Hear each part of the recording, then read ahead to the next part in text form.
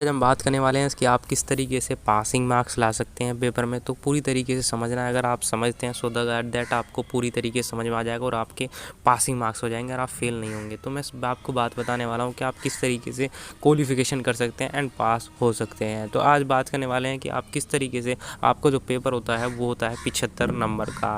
तो 75 नंबर के पेपर में आपको कितने मार्क्स लाने होते हैं, आप कम से कम टाइम में पेपर में पास हो सकते हैं। लेकिन किस तरीके से हो सकते हैं तो इसके बारे में हम जिक्र करने वाले हैं, समझने वाले हैं। तो समझना है तो बात ये आती है कि आप किस तरीके से कितने नंबर लाए। तो मेरा कहने का मकसद है, अगर आप भाई 75 नंबर का पेपर देने हैं तो आपको कम से कम 27 नंबर या 28 नंबर लाने होते हैं जिससे आप पास हो जाते हैं।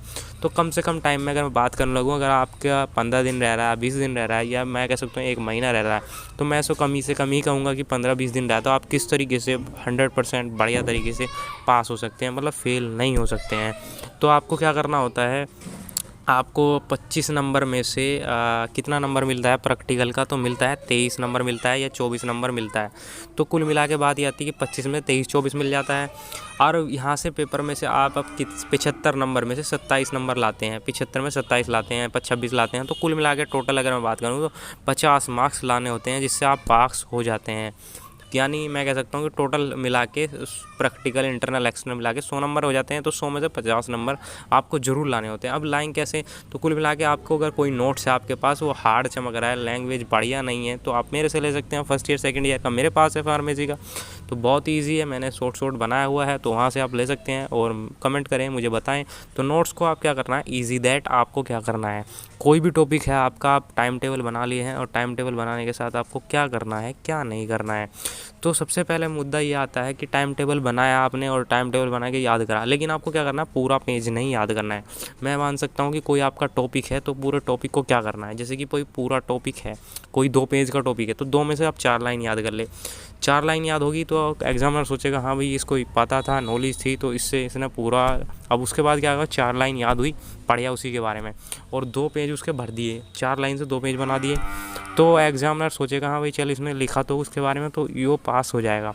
तो कुल मिला के बात ये आती है, एक यूनिट जो होती है, एक यूनिट जो होती है वो 15 नंबर की होती है। 15 नंबर की अगर आप 2 यूनिट को तैयारी कर लेते हैं, 2 यूनिट का, तो 30 नंबर बैठता है, 30 नंबर है, तो 30 नंबर पासिंग मार्क्स होते हैं। मैं 27 की बात कर रहा हूँ, लेकिन 30 मार्क्स है। और अगर आप कम से कम ज़्यादा भी कुछ नहीं, 2 यूनिट तैयारी करते हैं तो पास हो जाते हैं, फेल नहीं होते हैं।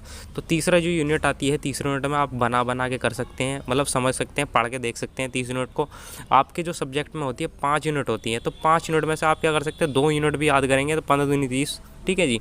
तो ये है 2 यूनिट हो जाए 30 नंबर का, तो 30 नंबर से आप क्वालिफिकेशन हो सकते हैं, पास हो सकते हैं।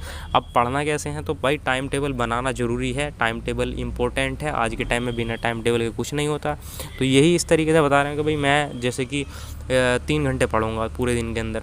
पहले कम से कम वो सब्जेक्ट उठाए जो सबसे हल्का सब्जेक्ट है, क्योंकि शुरू में ही अगर आप कठिन सब्जेक्ट उठा लेते हैं, हार्ड सब्जेक्ट उठाते हैं, तो उसको क्या होगा, हाँ मेरे समझ में नहीं आ रहा तो मुझे नहीं पढ़ना। तो ये है कि पहले सबसे हल्का सब्जेक्ट पढ़ो, और जब आप हल्का पढ़ोगे तो हार्ड कठिन मतलब हार्ड पढ़ते चले जाओगे।